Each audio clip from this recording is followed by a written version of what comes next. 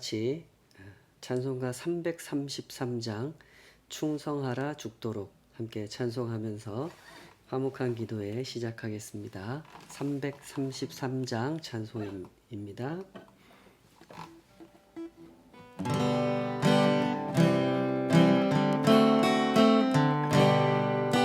충성하라 죽도록 충성하라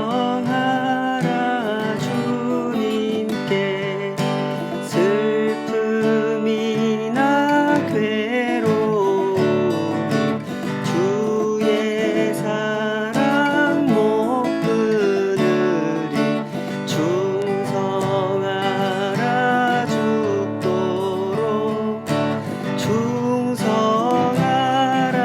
끝까지 충성하라 죽도록 충성하라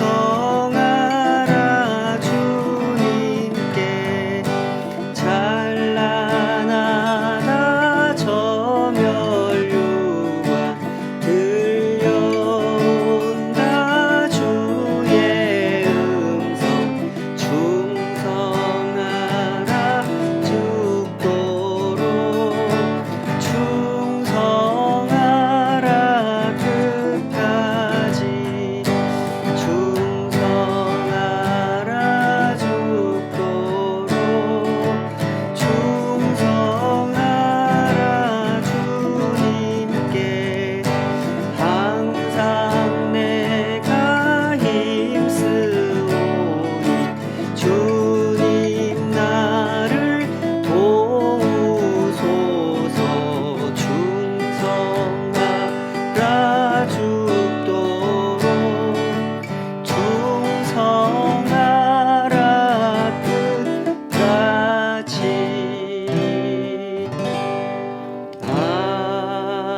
아멘. 아버지 하나님, 주님 앞에 진정 끝까지 충성하기를 소원합니다. 주님께서 말씀하시는 그 충성이 무엇인지 저희들이 잘 분별할 수 있기를 원하오니 늘 가르쳐 주시고 우리의 일상 속에서 배워갈 수 있도록 우리의 마음을 민첩하게 하여 주시옵소서. 주의 행하시는 손을 보게 하여 주시고 주께서 베풀어 주시는 은혜를 느낄 수 있게 하여 주시옵소서. 내 힘으로 내 재주로 살아가고 있는 것이 아님을 주여 우리의 마음이 정직하게 깨닫게 하여 주시옵소서. 오늘도 주님 앞에서 그 충성을 그 끝까지 지켜나가는 법을 배우기를 사모하오니 우리에게 말씀하여 주시옵소서. 예수님의 이름으로 기도하옵나이다. 아멘. 오늘은 같이 시편 36편 말씀으로 같이 하나님 말씀 상고해 보도록 하겠습니다. 본문을 읽지 않고 설명하면서 본문을 조금씩 살펴보도록 하겠습니다. 시편 36편 주의 빛 안에서 우리가 빛을 보리이다, 이런 제목으로 해보겠습니다. 사람이 살아가면서 악한 사람들로부터 악한 일을 당했을 때 사람들은 각각 다양한 반응을 보이죠. 다소 극단적인 경우이긴 하지만 어떤 사람은 그 당한 억울함에 파묻혀버리는 사람들도 있고, 또 어떤 사람은 그 억울한 경험을 통해서 진실에 대해서 눈을 뜨고 자기 성숙의 기회로 삼는 경우도 있습니다. 아주 다양한 반응이 이 안에는 존재하죠. 좋은 일을 경험했을 때나 힘든 일을 경험했을 때나 마찬가지가 되겠죠. 악한 사람으로부터 악한 일을 당한다고 하는 것은 실로 굉장히 괴로운 일입니다. 그 괴로움의 강도를 숫자로 표현할 수 있다면 수치가 1부터 10까지 이렇게 구분될 수 있다면 아마도 악한 자로부터 악한 일을 당했다라고 하는 것은 10 정도 되는 레벨이 아닐까 싶습니다. 나를 해치려고 하는 사람에게 나를 압도하는 막강한 힘이 주어져 있다라고 하는 현실은 실로 극심한 스트레스를 유발시키는 일이죠. 지금 우리나라도 남과 북이 이렇게 대치하고 있는 상황이고 북한은 핵무기를 가진 것으로 보이는 이런 현실이죠. 우리나라에 살고 있는 모든 사람들이 이런 스트레스를 안고 있는 상황입니다. 물론 이것은 우리나라만 가지고 있는 스트레스는 아니죠. 세계 많은 나라들이 실제로 이런 스트레스를 안고 있습니다. 그래서 각 나라들은 계속해서 뭘 합니까? 군비 경쟁이라는 걸 합니다. 해마다 각 나라는 국가 재정의 10분의 1 정도 되는 굉장히 막대한 돈을 국방비에 쏟아붓고 있습니다. 정말 엄청난 돈이죠. 이 돈의 10분의 1만 아껴도 온 세상의 기아 문제를 완전히 해결할 수 있는 정도의 액수입니다. 그러나 각 국가들은 국방비를 늘렸으면 늘렸지 줄이려고 하지 않죠. 이것이 이 세상 나라들이 가지고 있는 판단입니다. 국방비를 늘려야 평화를 유지할 수 있다라고 생각하는 거죠. 힘으로써 힘을 상대하겠다라는 계산이 그들의 판단 속에 있는 것입니다. 그러나 이 시인은 무슨 생각을 하고 있습니까? 시인은 악인들의 생각을 통찰하여 분석하면서 동시에 하나님의 인자와 공의를 붙들고 하나님의 도우심을 간구합니다. 왜 이렇게 할까요? 다소 허망하게 들릴 수 있는 대답이겠지만 이 사람이 그렇게 하는 이유는 그가 할 수 있는 것이 이것밖에 없기 때문입니다. 이 노래의 표제를 이렇게 붙여놨죠. 누가 붙였는지 정확히 알 수는 없지만 다윗이 지은 노래라고 밝혀주고 있습니다. 정말로 이 노래를 다윗이 지었는지 확신할 만한 근거가 분명하지는 않지만 일단 우리가 이 노래를 지은 사람이 다윗이다 이렇게 가정을 한번 하고 생각해 보십시다. 다윗은 왕이 되기 전까지 사울 왕에게 쫓겨다니는 세월을 무려 13년 이상 경험했던 사람이죠.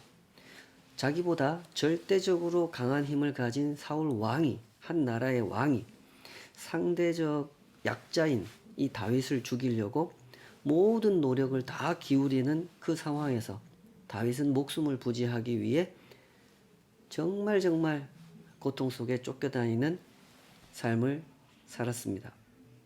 힘의 균형이 완전히 깨어진 상황에서 도망다니는 삶을 살아야 했던 다윗이 할 수 있었던 것, 그것이 무엇이었겠습니까? 하나님께 기도하는 것. 그것이 그가 할 수 있는 최선이었죠. 물론 중간에 다윗이 사울 왕을 죽일 수 있는 기회가 2번 이상 주어지죠. 그때마다 다윗이 선택했던 것은 힘으로 힘을 상대하는 그 방법을 택하지 않고 하나님의 뜻 앞에 모든 것을 맡겼죠. 다윗이 선택했던 것, 그것은 하나님께 기도하는 것이었습니다. 자, 그런데 우리가 이 대목에서 잘 한번 생각해 보십시다. 하나님께 기도하는 것만이 그가 할 수 있는 최선의 길인 사람, 다른 방법을 사용할 수 있는 한 번의 기회조차 주어지지 않는 사람, 이 사람이 복 있는 사람일까요? 복 없는 사람일까요? 여러분의 견해는 어떠십니까? 하나님의 존재를 부정하는 사람의 눈으로 보면 이 사람은 복 없는 사람입니다. 세상에 이 사람보다 복 없는 사람이 어디 있습니까? 그러나 하나님의 존재를 긍정하는 사람의 눈으로 보면 어떻습니까? 이 사람보다 복 있는 사람은 없는 것입니다. 동의가 되십니까? 이것이 동의되는 사람이 크리스찬입니다. 성경에 등장하는 복 있는 사람들을 하나하나 떠올려 보십시오. 하나님께서 그 복의 근원이 되겠다라고 하는, 복의 근원이 되게 하겠다 하는 약속을 준 사람, 아브라함의 자손들, 이삭, 야곱, 이 사람들 다 어떤 사람들이었습니까? 그들이 살던 사회의 약자들이었습니다. 자기 소유의 땅이 없어서 계속 이주하면서 살아야 했던 고대 사회의 약자들이었죠. 이들의 이야기 속에 보면 뭐 아브라함도 그렇지만 이삭도 가는 데마다 뭐 가축이 잘 되고 하는 일이 잘 되고 뭐 우물을 참 잘 파지 않습니까? 고대 사회에 우물이라고 하는 것이 굉장히 중요한 재산인데 이삭이 가서 파면 우물이 나오고 파면 우물이 나오는데 이거를 그랄 사람들 그 블레셋 사람들이 가나안 사람들이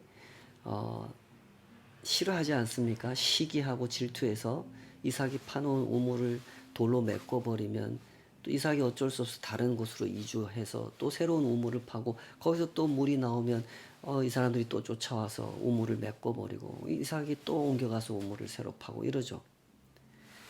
고대 사회의 사회적 약자들 그들이 아브라함, 이삭, 야곱이었습니다. 뭐 그 뒤에 나오는 사람들 말할 것도 없죠. 뭐 출애굽의 지도자 모세와 이스라엘 백성들은 어땠습니까? 사회적 약자였죠. 가나안을 대적해서 싸워야 했던 갈렙과 여호수아 마찬가지죠. 물론 전쟁에서 승리하지만 그렇다고 해서 그들이 그 사회의 강자였던 것은 결코 아니죠. 하나님의 특별한 사명을 감당하는 과정에서 그 전쟁의 승리를 경험했던 것이지 결코 그들은 사회적 강자가 아니었습니다. 사사들 중에도 보면 대부분이 그렇지 않습니까? 에훗이나 삼갈이나 드보라나 이런 사람들 뭐 삼손 같은 사람이나 하나님께로부터 아주 사람이 감당하기 어려운 괴력을 엄청난 힘을 부여받아서 그 힘으로 뭔가 블레셋 사람들과 싸우고 승리하고 이런 결과를 보였지 대부분의 사사들은 다 연약한 사람들이었습니다. 그 사회의 약자들, 여자들이었고 장애인들이었죠. 집안에 유력한 인물이 없는 그런 사람들이었습니다. 왕이 되기 이전에 다윗이나 초대 신약 시대로 오면 초대 교회 사도들 또 그 교인들 전부 다 그들 사회에서 볼 때 그들은 약자였습니다. 우리가 성경을 읽으면서 확인하게 되는 중요한 사실은 성경이 약자들의 책이라는 겁니다. 성경은 일관되게 이 세상 강자들의 악행을 고발하고 그들의 악행에 대해서 하나님의 공의로운 심판이 임할 것이라고 선언하며 그들의 악행으로 인해서 이 땅에서 시련과 고통을 겪는 약자들과 의인들을 위로하고 격려하는 성경은 그런 책입니다.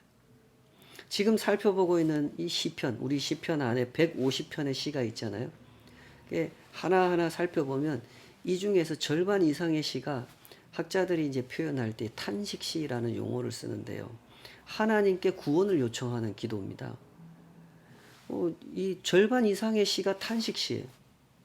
그리고 나머지 시들도 이렇게 내용을 하나하나 더 깊이 분석해 보면 거의 대부분의 시가 이런 사회적 약자로 살아가면서 겪고 있는 시련이라고 하는 배경이 그 시 속에 녹아 있다는 것을 발견할 수가 있죠. 뭐 가장 대표적인 시라고 하면 시편의 서론이라고 할 수 있는 시편 1편이 딱 바로 그 1편부터 그런 얘기를 해주고 있지 않습니까? 복 있는 사람은 악인의 꾀를 따르지 않는 사람이다. 이러면서 시작하죠. 성경에서 악인이라고 규정하는 사람은 어떤 사람입니까? 뭐 악을 행해서 악인이다 라고 말하기보다는 성경이 강조하는 악인은 하나님을 두려워하지 않는 사람입니다. 하나님의 존재를 부정하는 사람이죠. 그래서 하나님의 가르침, 하나님의 말씀을 인정하지 않고 그 말씀을 거역해서 살아갑니다. 자기 욕심과 자기 계산이 짜내는 악한 꾀를 동원하여 온갖 악행을 저지르는 사람. 그 사람이 악인입니다.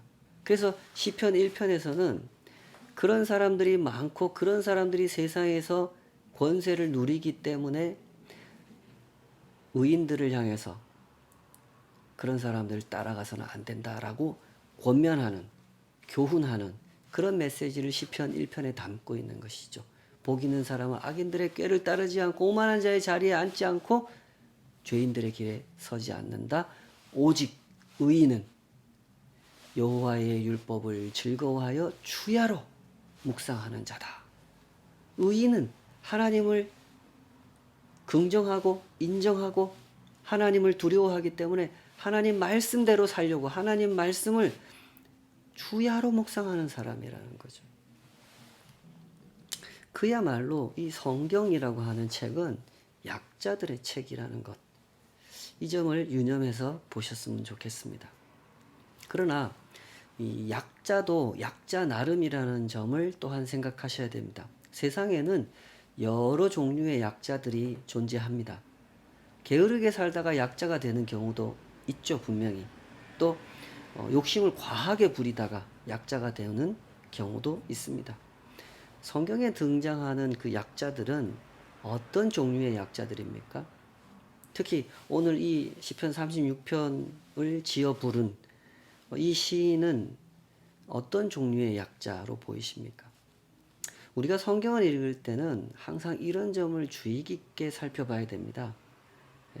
워낙 이제 성경은 성도를 위한 책 이렇게 생각하기 때문에 거기까지 맞는 생각인데 성경은 나를 위한 책 이렇게 빨리 이렇게 감정이입을 해버리죠. 그래서 이 시편 저자가 곧 나다 이렇게 우리가 착각하고 볼 때가 많은데요. 그렇게 착각하지 않기 위해서 우리가 항상 주의해야 되는 게 뭐냐면 이 시인이 어떤 정황 가운데 살고 있는가. 이걸 우리가 좀 주의 깊게 살펴봐야 될 필요가 반드시 있습니다. 그래야 성경을 제대로 읽어낼 수가 있고 올바른 분별력이라는 것을 가질 수가 있게 되죠. 성경은 말씀하실 때 하나님은 무조건 약자의 편에 서신다 이렇게 말씀하지 않습니다. 말씀드렸다시피 약자도 약자 나름이란 말입니다. 악하게 살다가 약자가 된 사람이 있단 말이죠, 세상에. 하나님이 그런 약자의 편에 서시는 하나님은 아니시죠. 하나님은 어떤 약자의 편에 서시는가? 의로운 길을 걷는 약자. 그런 약자들의 편에 서시는 하나님이세요. 이런 하나님을 우리가 잘 분별하고 그 하나님을 잘 따르기 위해서는 반드시 성경을 읽을 때 시인이 또는 이 책의 저자가 처해 있는 정황이 어떠한 정황인지 이것을 주의 깊게 살펴봐야 되는 것이죠. 오늘 시인의 경우도 바로 그런 경우죠. 이 시인은 단순한 약자가 아닙니다. 선과 악, 의와 불의의 갈림길에 서서 의의 길을 택하느라 악인과 손잡기를 거부함으로써 악인으로부터 고통당하고 있는 현실을 살아가고 있는 약자인 것입니다. 성경에 등장하는 약자들이 대부분 이런 사람들이죠. 하나님과 맺은 언약 때문에 하나님이 주신 길, 의의 길을 가기 위해서 그 악인들과 결탁하지 않은 사람들, 악인들의 요구에 동조하지 않은 사람들, 그러느라고 약자의 삶을 살 수밖에 없었던 사람들입니다. 성경 속 이 시편에 등장하는 시인들도 대부분 그런 사람들이란 말이죠.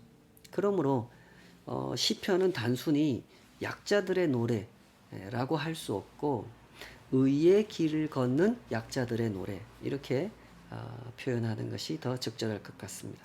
자, 우리 한번 들어보십시다. 이런 사람들은 무엇을 보고 무엇을 생각하고 무엇을 결단하고 무엇을 겪어내면서 무엇을 소망하고 있는지 어떻게 기도하고 있는지 우리가 한번 들어보십시다.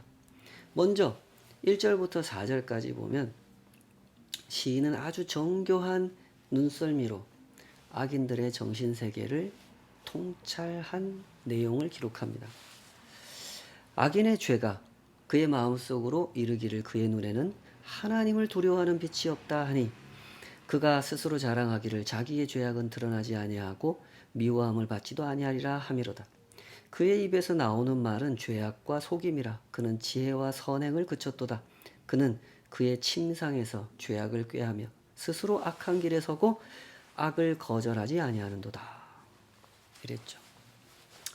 하나님을 중심에 모시고 그 악인들의 죄악을 관찰해 봤더니 그 결과 그 악인들의 계산, 악인들의 정신세계를 읽어낼 수가 있었고 그들은 왜 스스로 악한 길을 선택하여 걸어가는지 그 이유까지 알 수 있었다라고 이야기합니다. 그 관찰의 결과 시인은 무엇을 봤습니까? 악인들은 다른 눈을 가지고 살더라는 거죠. 1절에 그랬잖아요. 악인의 죄가 그의 마음속으로 이르기를 자기 스스로 생각하는 그의 눈에는 하나님을 두려워하는 빛이 없다. 하나님을 두려워하지 않는 눈을 가진 사람들, 악인은 그런 사람들이라는 거죠. 사람이 하나님을 두려워하지 않는다는 것이 얼마나 심각한 일입니까? 자신이 하는 일이 선한 일인지 악한 일인지 성찰해 보지 않고 내가 하는 일에 대해서 누군가 피해를 보거나 상처를 입게 되는 일에 대해서 세상에 정의로운 질서가 어지럽혀지는 것에 대해서 관심을 갖지 않는다고 하는 것, 그저 내가 이익을 챙겼으면 됐다고 생각하는 그것은 참으로 심각한 일이죠. 악인들의 생각은 실로 대담합니다. 나의 죄악은 드러나지 않는다고 스스로 자랑하기까지 하죠. 그러다 보니 그의 일상이 침대에서부터 침대에 이르기까지 하루 종일 죄악으로 채워지게 되는 거죠. 입에서 나오는 말이 다 죄악이고 속임이고 지혜와 선행을 멈춰버렸고 밤이나 낮이나 생각하는 것이 악한 생각뿐이었단 말이죠. 성경은 이렇게 눈의 역할, 본다라고 하는 경험을 강조할 때가 많습니다. 결국 사람의 마음이라고 하는 것은 보는 일과 직결되고 그것이 그가 사는 방식을 결정하기 때문에 그렇죠. 흔히 하는 말처럼 사람은 보고 싶은 것만 보는 존재라는 얘기입니다. 좀 유식한 말로 하면 그 사람의 삶을 결정하는 것은 그 사람의 가치관이더라 하는 얘기죠. 삶이란 이런 것입니다. 그냥 이유 없이 말하고 이유 없이 행동하는 것이 아니죠. 그렇게 행동하고 그렇게 살아가는 데에는 그만한 이유가 있는 겁니다. 악인들도 사실은 악이 악이라는 사실을 안단 말이죠. 거짓말이 거짓말이라는 사실을 알아요. 내가 속이는 말 때문에 누군가는 피해를 보고 누군가는 고통을 겪는다는 것을 이 사람들도 압니다. 그럼에도 불구하고 악을 행하는 이유가 뭡니까? 그만한 이유가 있다는 거예요. 그것은 하나님을 두려워하는 눈을 가지고 있지 않기 때문이라는 거죠. 2절에 보면 이런 얘기를 하죠. 그가 스스로 자랑하기를 자기의 죄악은 드러나지 아니하고 미워함을 받지도 아니하리라. 이게 악인들의 생각입니다. 자기 안에 이기심이 있고 자존심이 있으며 그것은 종종 지나치게 발동해서 다른 사람에게 피해를 끼칠 때가 있다는 사실을 알면서도 그런 행동을 멈추지 않는 이유가 있다는 거예요. 그 이유는 내 죄는 드러나지 않으니까. 누구한테 드러나지 않아요? 하나님 앞에. 그렇게 생각하고 있기 때문에, 그렇게 믿고 있기 때문에 악을 행하더라는 거죠. 이것이 시인의 통찰입니다. 어떤 사람이 지혜로운 삶을 살아가려고 하고 선행을 하려고 합니까? 하나님을 두려워하는 사람이 그렇게 하더라는 겁니다. 3절에서 하는 말이 그런 뜻이죠. 지혜로운 삶이라고 하는 것은 머리가 똑똑한 사람이 선택하는 삶이 아닙니다. 하나님을 두려워하는 사람이 선택하는 삶, 그것이 지혜로운 삶이죠. 선을 행한다고 하는 것도 그런 겁니다. 타고난 심성이 착한 사람이 선을 행하는 게 아닙니다. 하나님을 두려워하는 사람이 선을 행하는 거죠. 성경에서 말하는 지혜, 성경에서 말하는 선행이라고 하는 것은 모두 다 하나님 앞에서 하는 일이란 말이죠. 때문에 시인은 의인의 눈이 무엇을 보고 있는지 5절에서 9절에 가서 이렇게 요약을 해주죠. 악인이 보는 것과 전혀 다른 세계를 보는 눈, 의인의 눈은 하나님을 봅니다. 5절에서 9절 여호와여 주의 인자하심이 하늘에 있고 주의 진실하심이 공중에 사무쳤으며 주의 의는 하나님의 산들과 같고 주의 심판은 큰 바다와 같으니이다.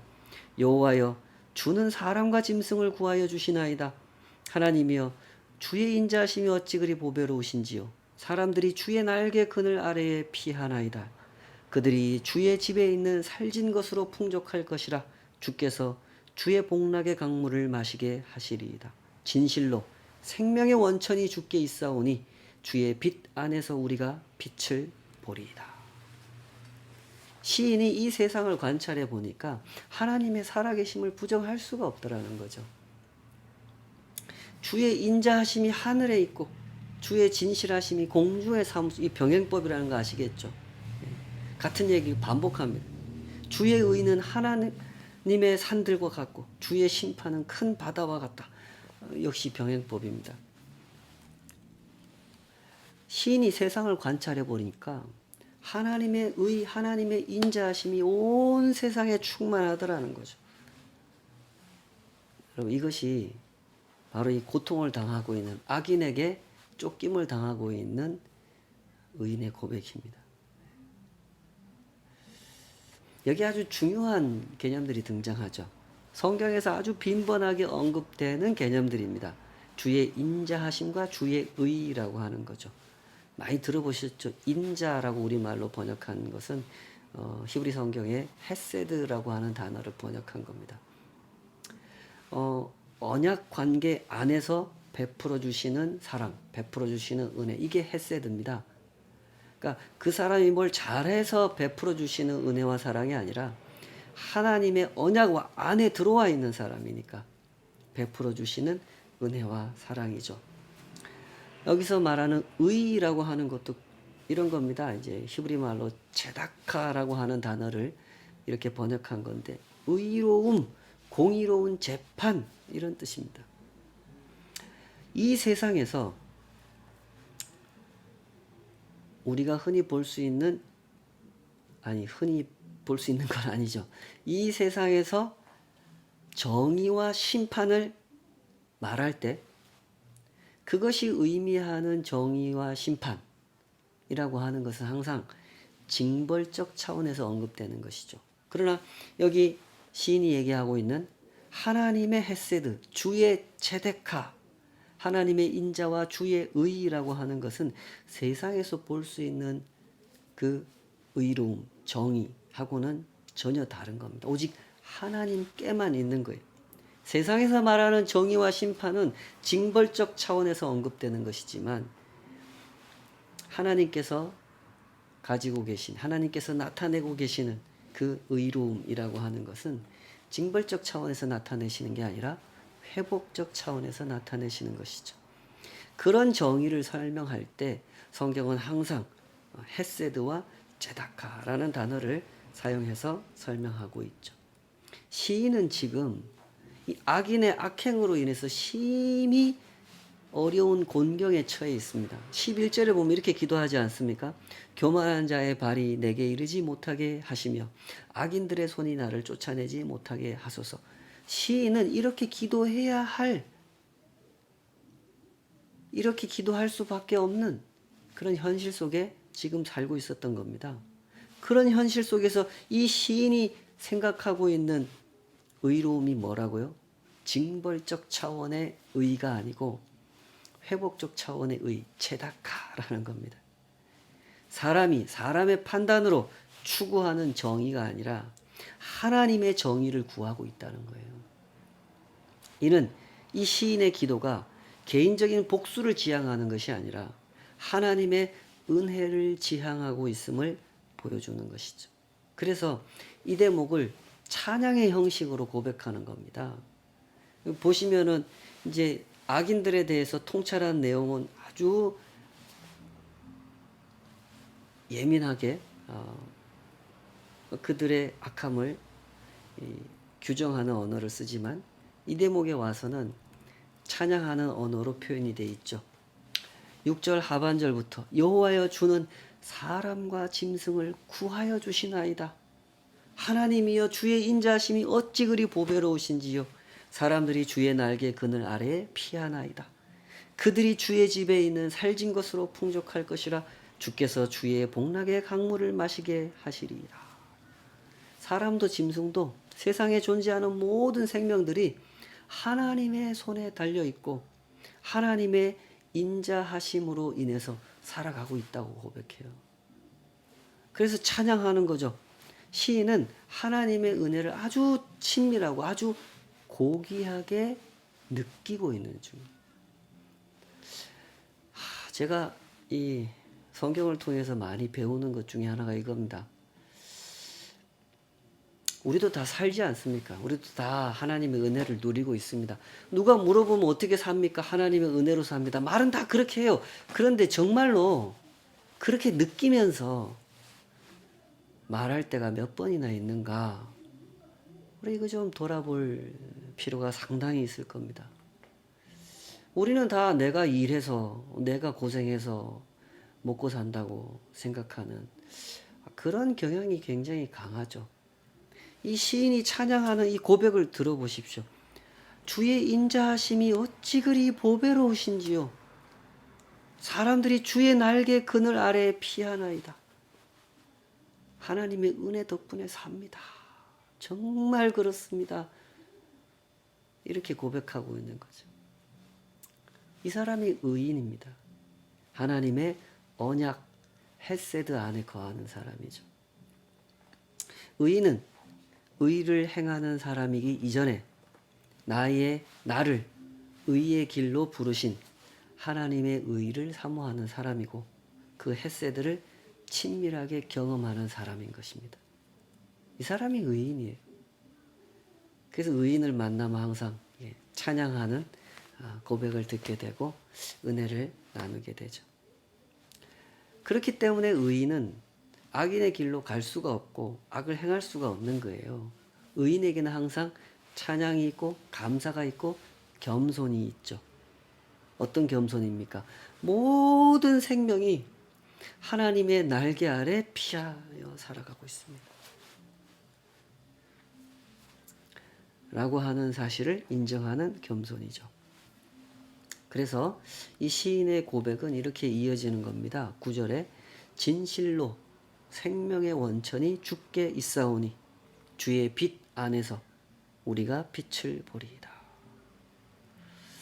이것은 그의 고백이고 또한 결단이죠. 주의 빛 안에서 우리가 빛을 보리이다. 성경에서 말하는 의인이라고 하는 것은 이처럼 눈이 정직한 사람이에요. 그 눈으로 하나님이 살아계시다는 사실을 언제나 변함없이 그 인자하심과 의로우심을 베풀어 주시고 계심을 바라보는 사람이죠. 하나님께서 보여주시는 것 안에서 보는 사람. 시인의 표현대로 하면 주의 빛 안에서 빛을 보는 사람인 것입니다. 주의 빛 안에서 빛을 본다는 말은 다른 말로 하면 내가 보고 싶은 것을 보는 것이 아니라 주님께서 비춰주시는 빛을 따라서 본다는 뜻이에요. 우리 개역 개정 성경이 빛이라고 번역한 단어, 뒤에 나오는 빛과 앞에 나오는 빛은 다른 건데요. 주의 빛이라고 할 때 그 빛이라고 하는 것은 히브리어 그 오르라고 하는 단어를 번역한 건데요. 이 말은 이제 여기 명사형으로 되어 있지만 그 빛을 비춘다, 조명한다, 뭐 이렇게 한자로 표현하죠. 그런 의미예요. 안 보이는 것을 보이게 한다. 그래서 볼 수 있게 해준다. 이런 의미거든요. 주의 빛이라고 하는 건 그런 거예요. 우리 인생이 항상 그렇지 않습니까? 우리의 삶이라고 하는 것은 보이지 않는 세계입니다. 우리는 항상 오늘을 살아가는 존재죠. 내일이 있다는 걸 알기는 알지만 내일이 어떤 모습을 하고 우리를 기다리고 있는지 우리는 모릅니다. 그래서 사람들은 보고 싶어 해요. 그런데 악인들은 뭘 보고 싶어 합니까? 자기 욕심대로 보고 싶어 해요. 돈 걱정 안 하고 몸 건강하고 자녀들 멋지게 키워놓고 재산 많이 갖춰놓고 편안하게 즐기고 여행하는 그런 내일을 보려고 하죠. 그러나 하나님의 사람들은 자기가 보고 싶은 대로 보는 사람들이 아닙니다. 하나님께서 보여주시는 빛을 따라 보는 사람들이죠. 그래서 말씀을 붙드는 거고, 그래서 기도하는 거죠. 하나님께서 보여주시는 빛을 따라 보려고. 안 그러면 자꾸 나도 내 욕심대로 보고 내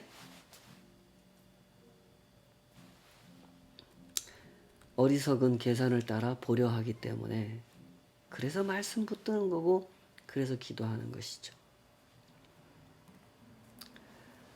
악인의 나를 괴롭히는 그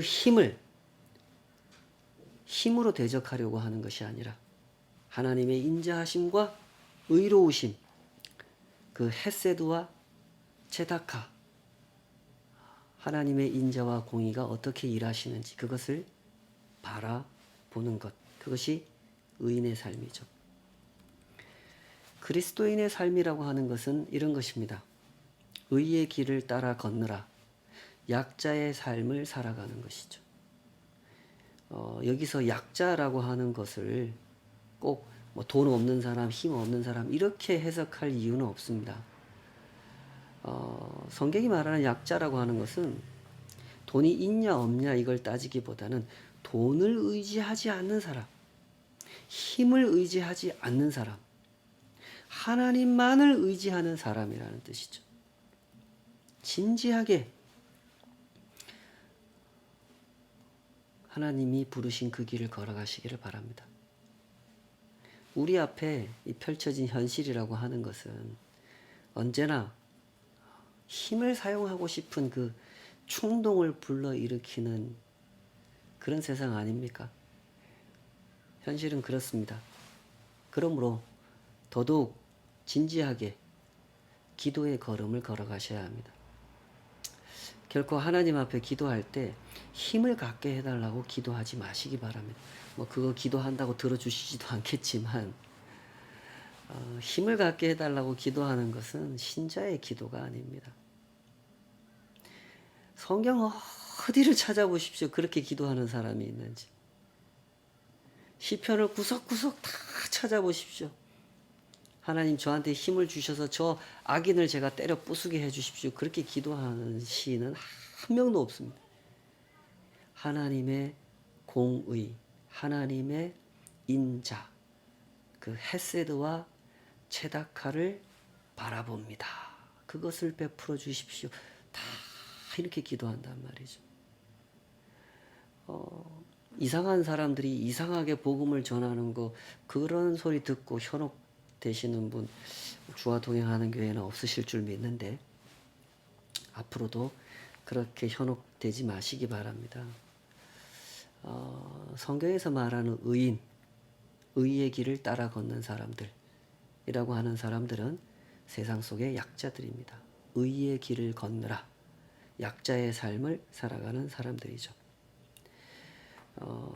이 시인이 뭐라고 기도하는지 한번 보십시오. 10절, 주를 아는 자들에게 주의 인자하심을 계속 베푸시며 마음이 정직한 자에게 주의 공의를 베푸소서. 여기도 병행법이 쓰였죠. 주를 아는 자, 마음이 정직한 자, 같은 뜻입니다. 시인은 누구에게 하나님의 인자와 공의, 헤세드와 제다카가 임하는지 알고 있어요. 그게 이 사람의 기도 속에 담겨 있지 않습니까? 누구한테 하나님의 헤세드와 체다카가 임합니까?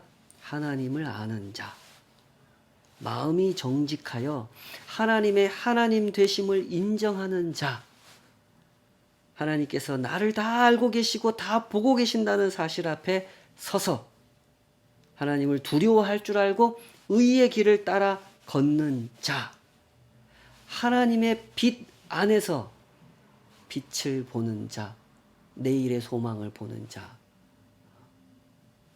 하나님의 헤세드와 제다카가 그 사람에게 임한다는 사실을 시인은 알고 있는 것입니다. 그래서 그의 기도는 이렇게 하나님 앞에 올려드려지고 있는 것이죠. 부디 참된 기독교를 배우고 익혀가시기를 바랍니다. 기독교는 결코 무속 종교가 아닙니다. 살아계신 하나님, 그 인자와 공의로 영원부터 영원까지 일하시는 하나님 앞에서 그 하나님을 배워가고 그 하나님을 경험하는 과정이죠. 힘을 갖기보다 하나님을 모시고 살기를 사모하는 사람, 그 사람이 성도요. 그 사람이 의인이라는 사실을, 그 사람이 구원받은 사람이라는 사실을 매일매일의 일상에서 마주하고 경험하고 배워가며 그렇게 이 땅의 순례길을 걸어가시기를 주님의 이름으로 축복합니다. 기도하겠습니다. 아버지 하나님, 우리는 세상에서 힘이 가지고 있는 어떤 매력이라는 것을 봤습니다.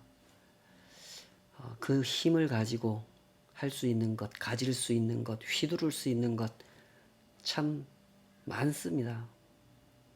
힘을 가진 자들이 편안하게 살고 폼나게 살고 그렇습니다. 때문에 우리의 마음이 흔들릴 때가 많고 현혹될 때가 많습니다. 성경을 통해서 그럴 때마다 하나님의 백성들이 살았던 삶이 무엇인지, 또 하나님의 백성들이 지금도 살아가야 할 삶이 무엇인지, 하나님께서 구구절절히 가르쳐 주시는 그 음성을, 그 가르침을 듣게 하여 주시옵소서. 우리의 마음에 깨달음을 허락해 주시고 사모함을 허락해 주시옵소서. 악인과 함께 잔칫집에 머무는 것이 얼마나 부끄러운 삶인지 알게 하여 주시고, 의인과 함께 기도하는 것이 얼마나 귀한 일인지 경험케 하여 주시옵소서. 의의 길로 부르셨으니 주여 힘을 탐하는 자 되어 살아가지 않도록 오직 하나님을 모시고 살기를 갈망하는 하루하루의 순례길을 걸어갈 수 있도록 우리를 붙잡아 주시옵소서. 예수님의 이름으로 기도하옵나이다. 아멘.